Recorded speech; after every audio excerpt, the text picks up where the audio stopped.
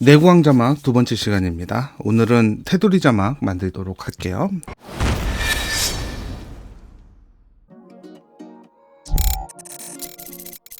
오늘도 타임라인 해상도는 FHD, 프레임 레이트는 30프레임에서 진행합니다. 테두리 자막을 하기 위해서 먼저 저는 이렇게 즐겨찾기를 해놨는데 여러분들은 없을 수가 있으니까 생성기로 가서 요 단색 가져오면 됩니다. 단색을 선택하고 관리자에서 색상을 선택해서 내가 원하는 색상으로 만드는 거죠. 이 단색 옆에 별 모양이 있는데 표시를 해주면 즐겨찾기로 이동이 됩니다. 어떤 기능이든 즐겨찾기를 할 수 있습니다. 가져왔으니까 이제 타이틀도 가져와 볼게요. 타이틀 텍스트 플러스 이렇게 가져오겠습니다. 그리고 폰스 필름이라고 쓰고요. 231루체 사용하겠습니다. 이렇게 남겨보죠. 테두리는 너무 간단하죠. 쉐이딩으로 이동을 해서 두 번째에 있는 엘리먼트를 활성화만 하면 테두리가 완성이 됩니다. 테두리는 조금 이렇게 굵게 해주는 것이 현재 내고왕에서 사용되는 테두리와 비슷한 느낌을 낼 수 있고요. 그 다음에 색상은 당연히 검은색으로 해줘야 될 겁니다. 지난 시간에 흰색, 노란색, 빨간색, 검은색 즐겨찾기 해놓으셨죠? 이제 사용하기만 하면 되죠. 테두리 자막도 반응형 자막바와 마찬가지로 자막들은 이렇게 사용하다 보면 크기를 크게 할 수도 있고 작게 할 수도 있죠. 자, 요거는 올리고요. 밑으로 하나 내려서 여기는 과 좋아요 느낌표 이렇게 써볼게요. 하단에 있는 자막은 이렇게, 상단의 뿡스 필름은 이렇게 크게 사용하고요. 레이아웃에서 위치를, 하단의 자막들은 항상 얘기하지만 화면 전체를 가리는 이렇게 큰 자막은 획이 굵은 걸로 하는 것이 안정적입니다. 반대로 이렇게 대화나 이런 것들은 명조체 또는 뭐 정색이나 진지한 이야기를 할 땐 궁소체도 괜찮고요. 똑같은 테두리의 굵기를 가지고 있어도 자막의 크기가 굵은가 자막의 크기가 작은가에 따라서 테두리가 나타내는 표시가 달라지거든요. 글씨를 작게 만들 때는 thickness를 상대적으로 좀 두껍게 이렇게 칠해줄 필요가 있다라는 거죠. 그래야 전체적인 분위기가 맞습니다. 전체적인 맥락이 비슷해지는 거죠. 자막이 일반적인 자막에는 흰색, 조금 포인트를 주고 싶으면 노란색, 화가 났거나 이럴 때는 빨간색, 이런 채도 괜찮고요. 배달의 민족 연성체 같은 굵으면서 획이 삐뚤빼뚤한 빨간색으로 사용해주면 좋겠죠. 다시 흰색으로 바꾸고요. 퓨전 페이지로 이동해서 노드를 선택하고 오른쪽 마우스 캐릭터 레벨 스타일링을 한 다음에 모디파이어 드래그를 해서 필름만 노란색으로 바꿀 수가 있겠죠. 구독과 좋아요 볼게요. 이렇게 쓰는 경우도 있습니다. 크기를 키우면 상대적으로 너무 두꺼워지니까 thickness를 좀 줄여줄 수도 있고요. 정색, 이런 자막은 왼쪽에 정을 놓고 오른쪽에 색을 놓고 뭐 레이아웃으로 이렇게 배치를 하는 것이 아니라 여기서 정색이라고 치는 거죠. 저장을 하고 이 가운데에 띄어쓰기를 하는 겁니다. 얼굴 옆에 배치를 하는 거죠. 그리고 나서 트래킹을 사용해서 얼굴을 따라가게 만들어 놓으면 정색이 따라다니게 되겠죠. 이것도 나중에 다루도록 하겠습니다. 센터로 맞추고요. 얘가 나타나면서 잔상이 확 나오는 게 있거든요. 똑같은 것을 하나 더 복사하고요. 타임라인이 지금 현재 30프레임이니까 절반 15프레임에서 레이아웃으로 이동을 해서 센터지를 이렇게 왼쪽으로 이동을 하면 글씨가 커지거든요. 여기서 키프레임을 사용하고 텍스트에 처음으로 이동해서 다시 센터지를 제로 값으로 만들어줍니다. 상단 트랙을 키워준 다음에 클립 오른쪽에 마우스를 가져가면 드래그를 할 수 있죠. 요게 페이드 아웃이죠. 시간은 왼쪽에서 흐르니까 왼쪽에서 오른쪽으로 당기면 서서히 나타나는 거니까 페이드 인, 반대로 오른쪽에서 왼쪽으로 당겨주면 서서히 어두워지는 거니까 페이드 아웃이 되겠죠. 그래서 이렇게 페이드 아웃을 해주면 점점 커지면서 사라지는 거죠. 얘는 센터가 보면 이렇게 움직입니다. 그래서 레이아웃의 센터에서 키프레임을 활성화하고 페이드 아웃은 다시 원상태로 해놓고 페이드 아웃 끝부분으로 가면 안 보이거든요. 그래서 1프레임 뒤로 가서 클립을 선택한 다음에 센터의 Y 값을 올려주는 겁니다. 작은 상태에서 이렇게 위로 나타나는 자막이 되는 거죠. 페이드 아웃을 주면 센터 G만 이용하게 되면 크기만 확대할 거고 위치까지 사용하면 위로 올라간다든지 이렇게 다양하게 활용할 수가 있겠죠.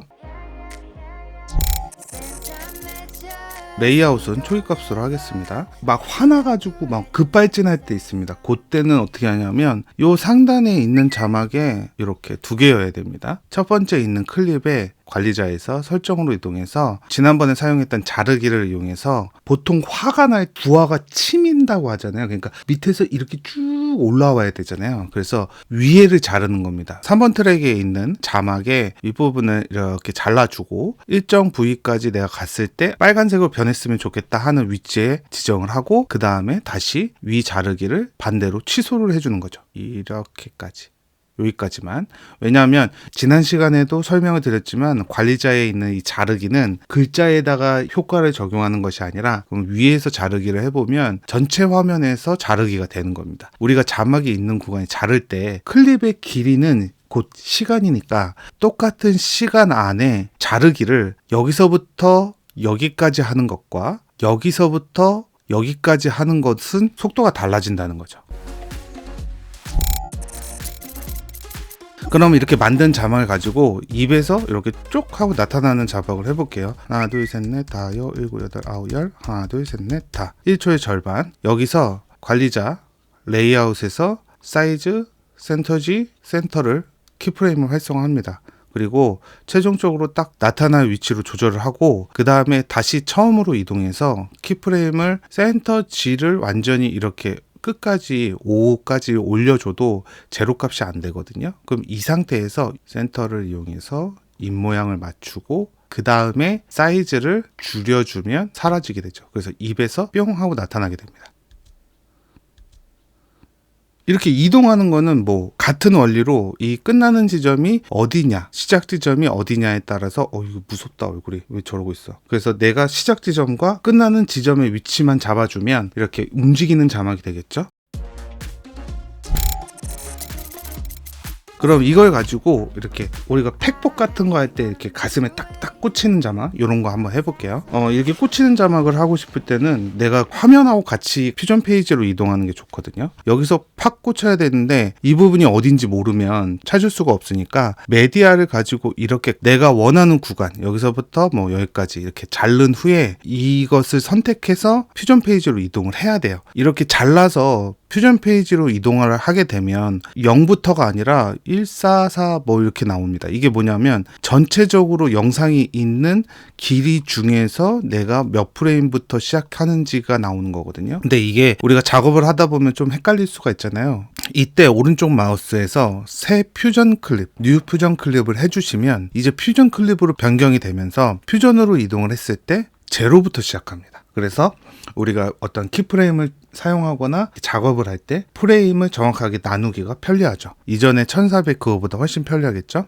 그래서 작업이 좀 길어진다. 어떤 작업을 할 때 프레임이 0부터 해야 내가 작업하기가 편하겠다 싶을 때는 오른쪽 마우스 새 퓨전 클립을 하시면 됩니다. 선택을 해서 이동을 하고요. 자막을 넣어야 되니까 메디아 인이 영상이고 내보내니까 자막을 가져와서 연결해서 내보내자 이렇게 말해주는 거거든요. 이렇게 자막을 연결하면 0프레임부터 영상이 끝날 때까지 적용이 되니까 퓨전 페이지로 이동하기 전에 이 시간을 내가 여기서부터 여기까지 딱 하고 자막을 안 쓰겠다라는 구간까지 정확하게 자르고 들어가야 되겠죠. 안에서 클립의 시간을 조절할 수 없으니까. 그래서 이동을 해서 텍스트를 넣어줍니다. 자막을 입력해야 되겠죠. 고딕체로 검은색으로 선택. 테두리 자막바인데 글씨가 작으니까 테두리가 잘 안 보이죠. 이때는 티크니스를 이렇게 굵게 해주면 잘 보인다. 제가 항상 말씀드리는 건 어떤 모션을 줄 때는 도착점, 그냥 끝나는 지점을 기준으로 해야 된다. 그래서 레이아웃으로 가볼게요. X는 이렇게 위아래로 회전, Y는 좌우로 회전인데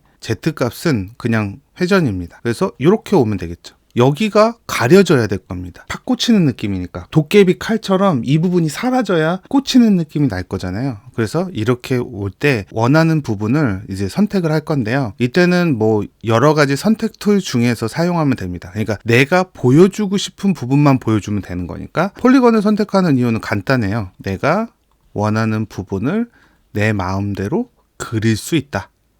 이렇게 한 요 정도? 뭐 요 정도? 설정을 하면 이 부분만 보이게 됩니다. 근데 지금 이게 왜 다 보이냐? 아직 연결을 안 해서 그래요. 폴리건을 메디아에다가 연결하면 사진이 선택한 부분만 보일 거고, 폴리건이 텍스트에 연결이 되면 텍스트에서 이 부분만 보이게 될 겁니다. 우리가 원하는 건 자막이 오는 거니까 이렇게 놔둔 상태에서 텍스트의 센터를 키프레임을 활성화해야 되는데 한 10프레임 정도에 딱 와서 꽂혀보자 이렇게 하고 싶다면 10프레임으로 이동을 해서 센터를 놓고 0프레임으로 이동을 해서 이렇게 바깥으로 쪽 빼주는 겁니다. 10프레임에 여기 와서 딱 꽂히게 되겠죠. 대신 꽂히지만 내가 선택한 툴 안에 있는 자막들만 보여서 꽂히는 것처럼 보이는 겁니다. 도깨비 칼도 그렇게 하는 겁니다. 그러니까 내가 선택된 부분은 이 부분이니까 이렇게 나오는 거고, 폴리건을 선택해서 인버트 반전을 선택하면 이 만나는 부분을 조금 더 이렇게 뭐 효과 처리를 해야 되겠죠. 이렇게 꽂힌 부분과 나오는 부분을 어떻게 표현하느냐가 이제 디테일 차이인데, 근본적으로는 이렇게 사용을 한다는 거죠. 원래대로 가면 자막이 0프레임에서 10프레임으로 날라와서 꽂히게 됩니다. 4번 엘리먼트를 활성화해서 텍스트로 하고 검은색으로 하면 반응형 자막바가 날라오는 게 되고, 이럴 때는 보통 컬러는 빨간색으로 해주면 되겠죠.